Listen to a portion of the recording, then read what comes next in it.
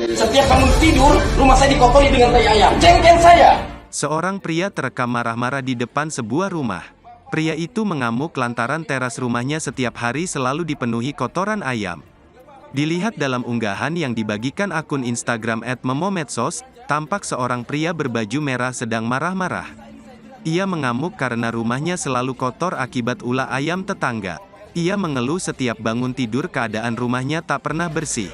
Hingga ia muak dan melaporkan hal tersebut ke ketua RT. Setiap bangun tidur rumah saya dikotori dengan tai ayam, jengkel gak saya? Pokoknya bapak harus menindak tetangga yang memelihara ayam itu, katanya marah.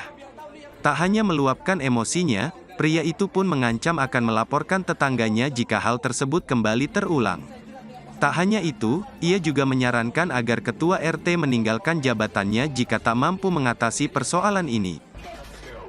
Terima kasih sudah nonton. Jangan lupa like, subscribe, dan share ya.